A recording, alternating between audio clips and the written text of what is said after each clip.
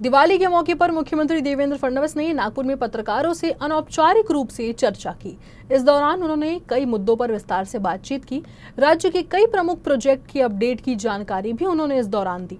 उपराजधानी नागपुर को एविएशन और डिफेंस हब के रूप में विकसित किए जाने की मंशा राज्य सरकार के माध्यम से शुरू है। मुख्यमंत्री ने अपनी इस चर्चा में मिहान स्थित टाटा ग्रुप की सब कंपनी टाल प्रोजेक्ट के विस्तार का संकेत दिया। अनौपचारिक चर्चा के दौरान मुख्यमंत्री देवेंद्र फडणवीस ने कई विषयों पर बातचीत की।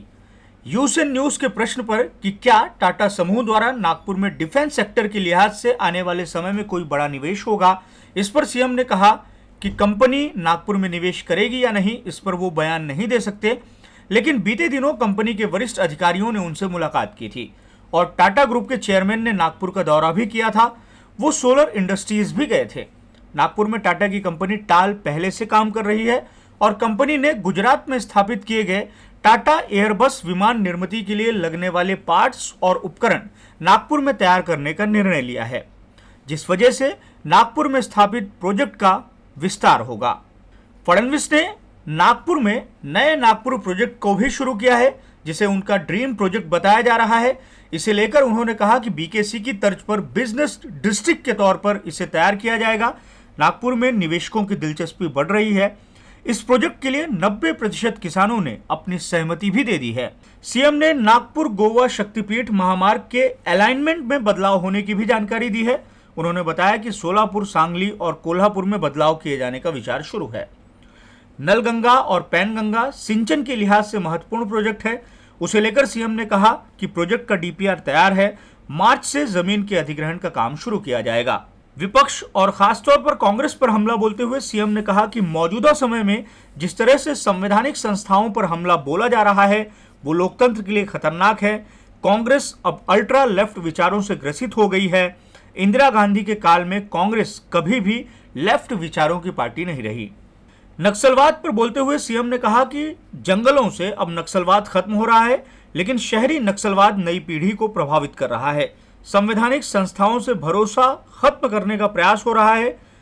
इनका कोई चेहरा नहीं है, इसलिए पहचानना मुश्किल है, लेकिन सरकार इसे भी खत्म करेगी। सीएम ने किसानों से अपील की कि वो किसी भी हालत में सोयाबीन और कपास को न्यूनतम समर्थन मूल्य से कम भाव में ना बेचे।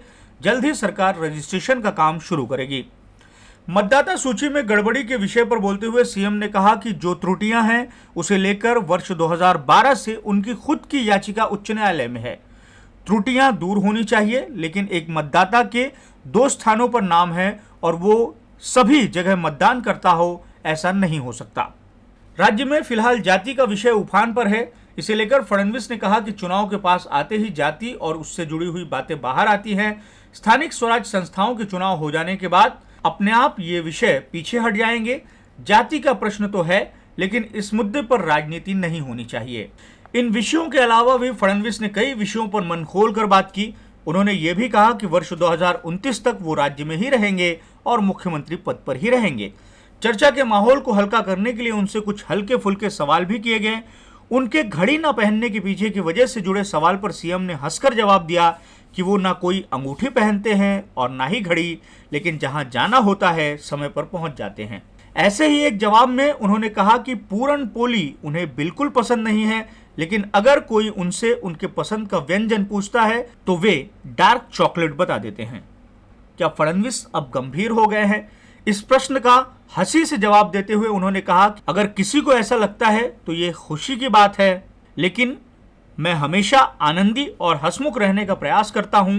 पूर्व में इतनी राजनीतिक चुनौतियों का सामना किया कि अब इनका डर मन से निकल गया है, पर नई चुनौती आए तो उसकी तकलीफ जरूर होती है।